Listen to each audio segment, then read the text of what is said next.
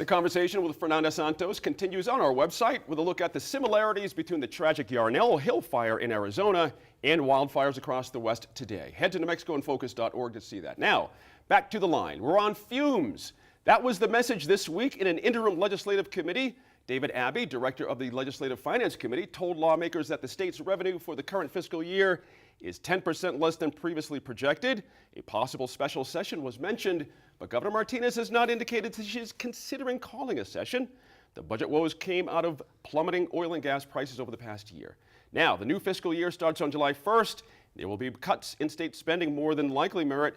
And interesting, the Journal reporting, the Santa Fe New Mexican reporting, that quote, "we're on fumes," needs a little bit of context. We have drawn down our reserves quite a bit over the past couple of years. We're down to just a number that some may find comforting, some may find frightening. Really depends. Where are we now when it comes to two things? We're going to talk about taxes here in a little bit, but the idea of a special session to straighten this out. Are you for that at the end of the day? I think it'll take a lot more than a special session to straighten out our budget situation. The very structure of our legislature, the very structure of our capital outlay, the relative independence and opacity of agency spending and budgets. All of these contribute to the situation we have. It may be that we probably have enough money. We don't know where it's going. We are allocating, and where money is going, I think, is very impacted by special interests, whether it's lobbyists or unions.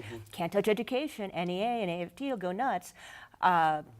But, CYFD, yeah, that's a shame, but we don't have any more money for it. I mean, and those are two groups we should care the most about. And how come education always gets it and CYFD never does? That can go across any agency in the state. And I really think we need to take a hard look at how our budget's allocated to begin with. Have we not, however, been taking a hard look at these things the past few years? There have been lots of cuts happening since the last 7 years, not coincidentally, with our budget woes. We're down to the bone in some people's opinion in our state. Can we cut any further, in your view, in some capacities? I think we can. Okay. We've seen that what we are, the whole SNAP snafu. Yeah. We're not administering our funds well. We're not holding our civil servants accountable, perhaps in some cases. We're asking people to, and then we're also asking people to do the impossible with no funds. That's right. So. I think there has to be a determination made, not at the agency level, but at the government executive legislative level. What do we really need? Senator Griego, I can remember many times, even back when you were on the floor, saying, cuts. You can cut so many times. You need revenue. At some point, you need revenue. Let's get to that right away. We finally have people talking about taxes here, which is interesting to me, including a prominent Republican.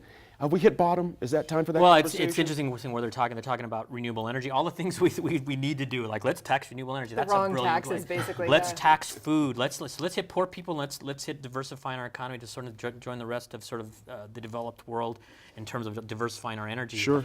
It's Groundhog Day. It's in any of us in our families, and we've heard this argument before. We're just not bringing enough revenue in, but I don't want to take another job, or I'm not going to have a yard sale. Whatever we need to do. That's right.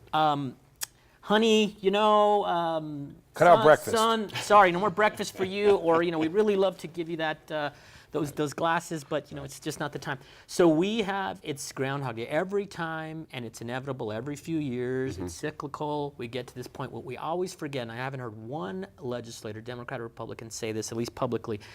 We have blown a $500 million hole in our budget by giving away a bunch of corporate tax breaks with zero to show for it. I'm yet to see one company that said, we came here because of that $500 million tax break that you gave, pick the industry. The same guys who are now complaining about taxes and about revenue shortages and about spending and these out of control civil servants, they have never seen a tax break that they wouldn't embrace, even in times like this. So I just got to say that we have to be honest about where the culpability is here. And by the way, I always say this: it's a bipartisan deal. That tax bill was passed through bipartisan. That's right. And I think if we start really, you want us to balance the budget. To Merritt's point, let's cut out first, second, and third grade. That'd save us.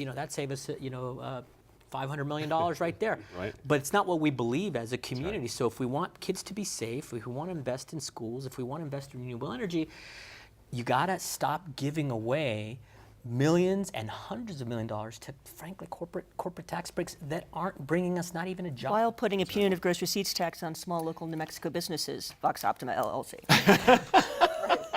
And others. Please. So I'm gonna have to agree. I agree that the revenue enhancement, we always like to talk about that instead Yes. of taxes, that's being discussed is not the kind that we need, because it pushes harder on small businesses, it pushes harder on people with fewer means. It pushes down an industry, the renewable industry that is just showing the promise that it could eventually create the kind of revenues that we need to see. And so, I mean, I agree wholeheartedly with what Eric has to say about taxes. You know, it's nice to hear a Republican talk about raising taxes, but I have real questions about A, the seriousness of that discussion, and B, whether those are the taxes that we need to look at. Right. Now, beyond that, like, we are the last state still in recession. We're it. We are so Good point. retro, I can't even. That's a very good point. And when we look at what other states have done to pull themselves out, refusing to spend money does not appear to be a hallmark of a successful recovery effort. So yes, we have a requirement to balance our budgets. Yes, we have money that's going potentially towards things where maybe it doesn't need to go.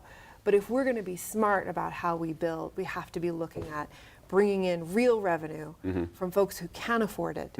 And we need to be looking at spending quickly and spending in our local economies. Money needs to go into the cash registers in Springer. It needs to go on the square things, you know, the swipers Sure. up in Santa Fe.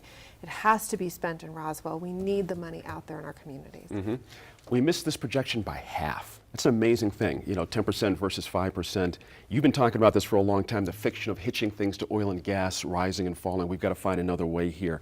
I asked the same question. Are we at bottom now? We're going to finally get past that idea. It's never gonna- We were this way when I first got elected. Remember when Gary Johnson was governor and the whole world was going to come to a crisis, and every oil and gas guy was there, and we gave all these credits and all these tax deals, and you know, the oil and gas business came back and we made all this money, and then it just happened. Look, the oil and gas business doesn't need tax credits. They need the price of oil and gas to be high. They don't care what you're going to give them. If it's $200 a barrel, they're digging for oil and gas. If it's $10 a barrel, I don't care what you give them. They ain't doing it. We got a real problem in New Mexico, and I'm not disagreeing that to some extent we've got a tax problem. I think the tax system in New Mexico is so flawed across the board. It's a Swiss cheese, who gets what. I think that somebody's got to, what we could be at a time is hit the pause button and say, let's relook at how we do taxes in New Mexico, because we have a tax, and then everybody hires a lobbyist and they become exempt from the tax, and then we just wind up gouging the one guy who isn't.